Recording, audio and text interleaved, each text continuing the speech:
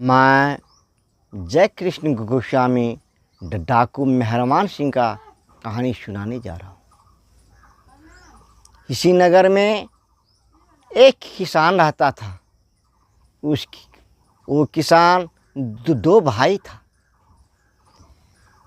किसान दो भाई था। एक भाई पढ़ा लिखा तेज और बुद्धिजीवी था, और ये किसान बड़ा भाई मूर्ख जाहिल अनपढ़ गंवार था। इसे काम के सिवा कुछ दिखाई ही नहीं देता था। और छोटा वाला भाई पढ़ा लिखा बुद्धिजीवी था। वो बुद्धिजीवी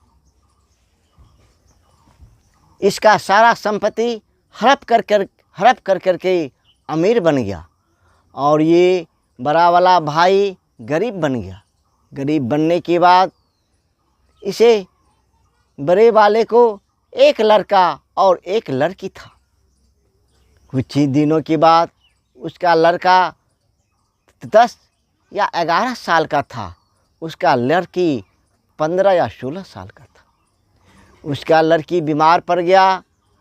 वो किसान अपने भाई के पास गया, बोला, ए भाई, मुझे कुछ पैसा दे दो, मुझे कुछ पैसा दे दो। मेरी बेटी बहुत जोर बीमार है, मैं उसका इलाज कराऊंगा।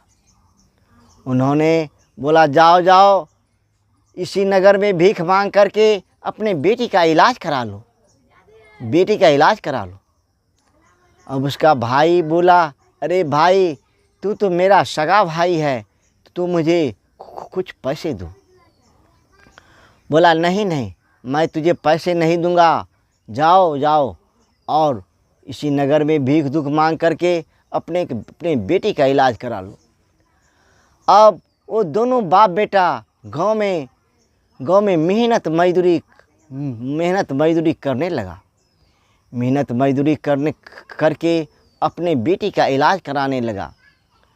कुछ ही दिनों के बाद वो किसान अपना शरीर को छोड़ दिया। अपना शरीर को छोड़ने के बाद अब किसान को एक बेटा और एक बेटी रह गया।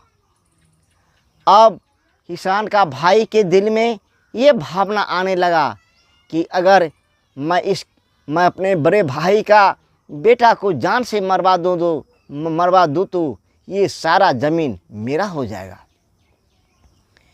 एक दिन उसका बड़ा भाई कहीं किसी के खेत में काम कर रहा था। तो इन्होंने उसका चाचा ने क्या काम किया, झूठे मूठे उसे चोरी का इल्ज़ाम में एक मुकदमा कर दिया। मुकदमा करने के बाद थाने से पुलिस आया और उस लड़का को ढूंढने लगा। ढूंढते देख रहा है कि एक किसान के खेत में वो लड़का काम कर रहा है। वहाँ जा कर के उस लड़के को पकड़ लिया, और पकड़ करके बेगुनाह लड़के को बहुत पिटाई करने लगा। पिटाई करते करते उसे पकड़ करके थाना ले गया। अब वो लड़का थाना चला गया।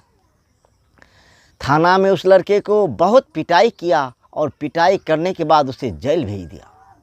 अब जेल भेजने के बाद उसका एक बहन था, वो बहन घर पे था। उसका चाचा ने क्या काम किया, जो अब तो इसके घर में कोई है ही नहीं, एक लड़की है, इस लड़की का गला घोंट दूँ तो ये सारा संपत्ति मेरा हो जाएगा।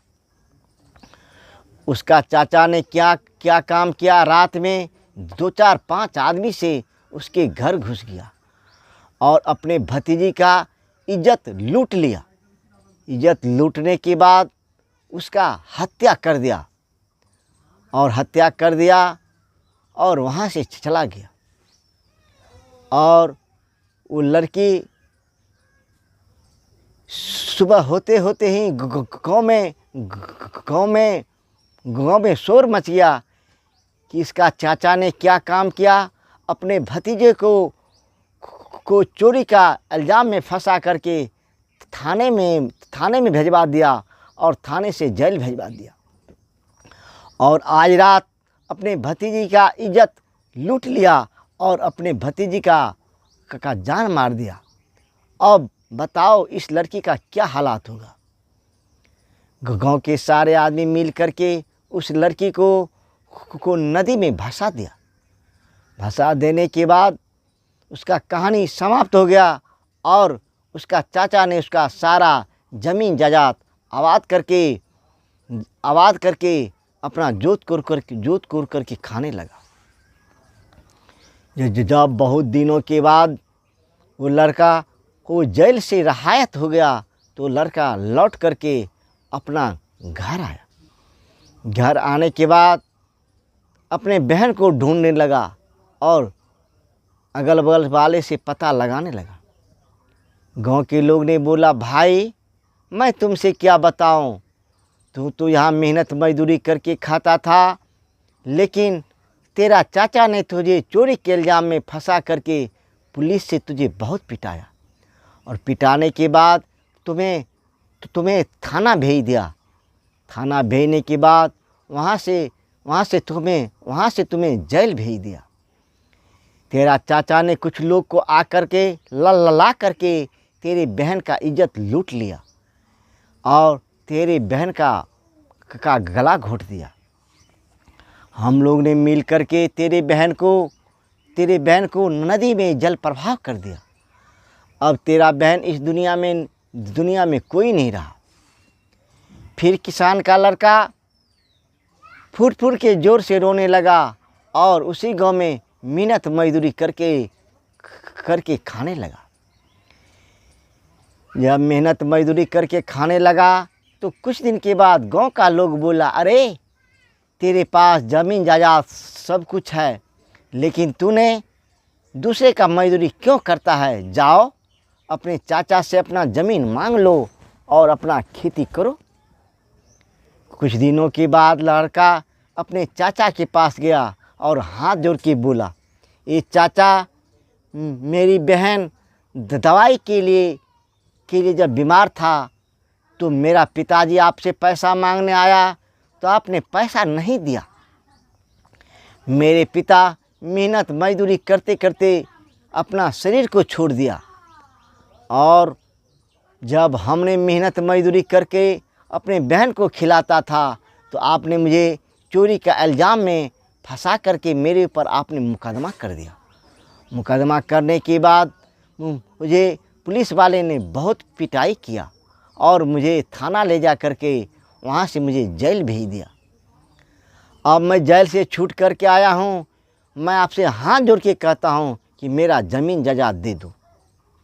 उसका चाचा ने बोला, अरे तेरा बाप जिंदा में ही सारा ज़मीन बेच करके खा गया और तेरा बाप ने अपने बेटी के ऊपर 5,000 रुपये लिया था, जो पैसे अदा न होने के चक्कर में मैंने तेरी बहन का इज्जत लूट लिया और तेरा सारा ज़मीन अपना लिया।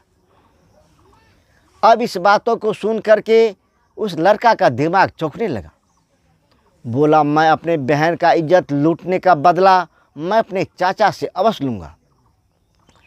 अब उस दिन से वो लड़का मेहनत मजदूरी करना छोड़ दिया और इधर उधर बदमाशी करने लगा।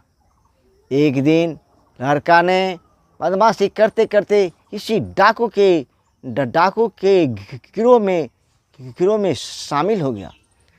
शामिल होने के बाद उन्होंने डाकू का काम करने लगा। अब डाकू लोग ने उसे बंदूक दे दिया, घोड़ा दे दिया, खाने पीने का आज़ादी कर दिया। कुछ ही दिनों के बाद वो लड़का जवान हो गया। जवान होने के बाद एक दिन अपने चाचा के पास आया। बोला, चाचा मेरा हिस्सा दे दो, नहीं तो ये बंदूक देख रहे हो, इसी बंदूक से आपको मैंने सारा शरीर को मैंने छल्ली कर दूंगा, इसलिए मेरा हिस्सा दे दो, मैं आपसे हाथ जोड़ के कहता हूँ। उसका चाचा ने बोला, अरे तुम मुझे बंदूक दिखा करके मुझे धमकी देते हो, धमकी देता है, तुम भाग जा मेरे दरवाजे से, नहीं तो मैंने वही चोरी का मुकदमा फिर से उल्टा दूंगा और तुझे पुलिस से बहुत बहुत पिटाई करवा दूंगा। वो लड़का ने बोला ठीक है, आज से मैं तेरा भतीजा नहीं, आज से मैं डाकू मेहरबान सिंह हूँ। आज से लोग मुझे डाकू मेहरबान सिंह के नाम से जानेगा। दूसरे दिन वो अपने सारे डाकू के साथ चाचा के यहाँ आया और चाचा को हाथ बांध करके घोड़े पे चढ़ करके वो रस्सी पकड़ लिया और बोला दौड़ो। अब उसका चाचा आगे आगे दौड़ रहा था और पीछे से घोड़े लेके ये दौड़ रहा था। अब उसका चाचा दौड़ते दौड़ते परेशान हो गया तो ज़मीन पे गिर गया। जब ज़मीन पे गिर गया तो ये घोड़े को ज़ोर से दौड़ाने लगा। दौड़ाते दौड़ाते उसके चाचे का मांस का ठिकाना नहीं रहा, सारा मांस रोड पे छिला करके रह गया। उसका चाचा मर गया। वो डाकू मेहरबान सिंह ने अपना सारा ज़मीन जायदाद ले लिया और अपने बहन का बदला ले लिया। उस अपने चाचा का बेटी को सारे डाकू का रखेल बना दिया और रखेल बना करके कुछ ही दिनों के बाद उसका हत्या कर दिया। हत्या करने के बाद अपने चाचा का लड़का को भी जान से मार दिया और सारा संपत्ति एक महात्मा को दान में दे दिया। और वो लड़का डाकू मेहरबान सिंह के नाम से उस इलाके में